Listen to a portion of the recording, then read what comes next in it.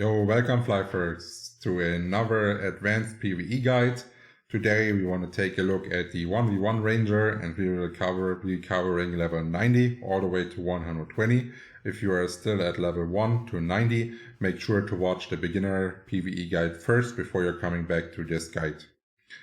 And before we start with the guide, I noticed that 80% of my viewers are still not subscribed to the channel. So let's make a deal. You watch this video all the way till the end, and then I'm sure I earned your subscription by then. And now we can start with the video. Let's go. So statting this character is really easy. All you have to do is go in full dexterity. Nothing changed basically in comparison to the beginner guide. Since dexterity is giving you all you need, it is giving you attack speed, it is giving you hit rate, it is giving you critical rate, it is giving you block rate. This makes it like the best overall utility you can think of. And since you are level 90, you should by now have realized how strong a ringmaster is. This means this build, like any build actually, is demanding on a ringmaster permanently on your side. This means if you do not have a perm ringmaster that is available when you are playing, make sure to level at least a level 75 ringmaster by yourself, so you can use stuff like GT and such on yourself. Now let's take a look what the current stats should look like at certain levels. Once you are level 105 and you have your new set completed, since you are statting dex, you're having a 100% hit rate, 100% dex speed, and you're even overkilling it on crit chance. This doesn't help at all, but it is, you do not have to worry about it. That's basically the fact. And since you already said dex is giving you a bunch of defense as well, your melee block rate, as you can see, your block rates, as you can see right here, are really high. This means you do not maintain a lot of food cost while leveling 1v1. So this is overall a pretty cheap and standard setup right here. The only difference from level 105 to 120 is actually that you're getting a bit of health more, and you should maintain about 4.5k attack to have a decent damage. Other than that, it is pretty straightforward. Now let's take a look what your character should look like when you reach level 90 and you want to try to farm your way all the way up to 105. You should be wearing an Asran set.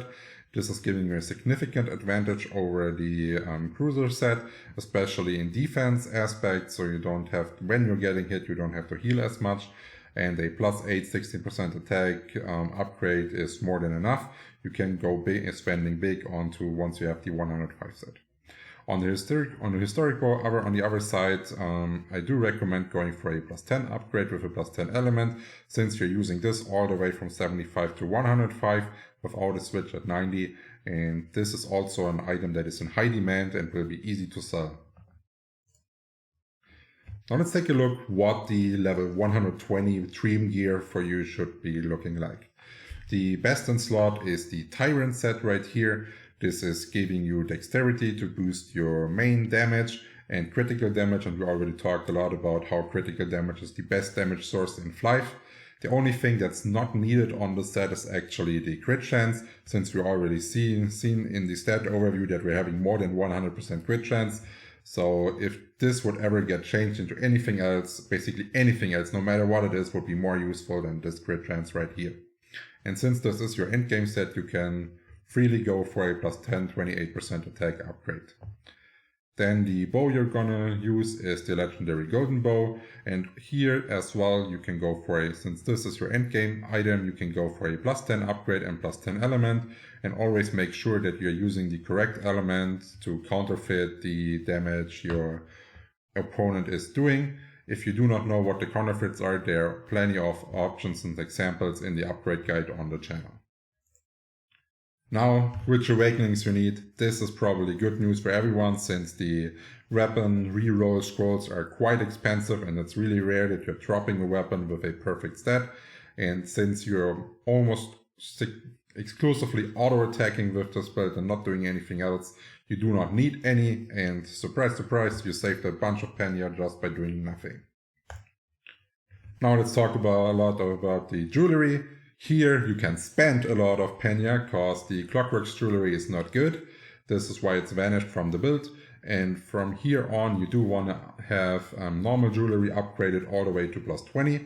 You do have to keep in mind that certain upgrade levels of the normal jewelry require different levels to wear. So let's make an example. It's just an example, it's not the exact values. A +15 ring would require like you to be level 100, and a +14 ring would require you to be level 95. That's just an example. If you want to know the exact values, they are all in the upgrade guide on the channel. And make sure that you do not upgrade anything that you cannot wear later on. If this did accidentally happen, you could use a scroll of level down, but this will result in more F-point costs that are unnecessary if you plan correctly. Now let's take a look about the skills. We are exclusively talking about passive skills because, as we already said and mentioned in the Awakenings, we do not use any skills to level. So the passive skills you want to use is Perfect Block for more defense via the block rate. Some people don't even use this because they already have enough block rate and they don't feel like casting it is even worth the time, and only use it for like PvE aspects or when they're fighting a giant. Then what should be up running is Bow Mastery to increase your bow damage. Nature is really good with the increased range. This will result in you having to walk less from mob to mob, which always gives you a better kill speed per hour. And of course the critical shot with 20%. This is something you can use early on. Once you are 120 or 105, you can even stop using this because you will have 122 crit rate and you do not need to spend any time waste on this. So only use this while you are below 120% crit chance. Now the playstyle is nature up, running all the time. This is important. If you already mentioned it, if you are below 120%, make sure to have critical shot up at any times. And other than that, it's just going auto attack and pew pew pew them mobs and making sure that you attack them on the farthest distance to not being able to use any food. Otherwise, your food costs will excel, and always make sure that you're attacking in a specific order so you are really effective. And you can do this by like zooming out and giving it more like an angle of the camera that you're looking from the top rather than like a 3D person view. And this way it's really easy to take a look which mob is actually the closest at the farthest distance, and therefore the best to attack with the ranger. Yeah, so we are at the end of the video. I hope you liked what you saw and I earned your subscription by now. If this is so, give it a thumbs up, and I would be happy if you would drop by the Twitch streams that are starting on the 14th of June when the global server is releasing. Cheers.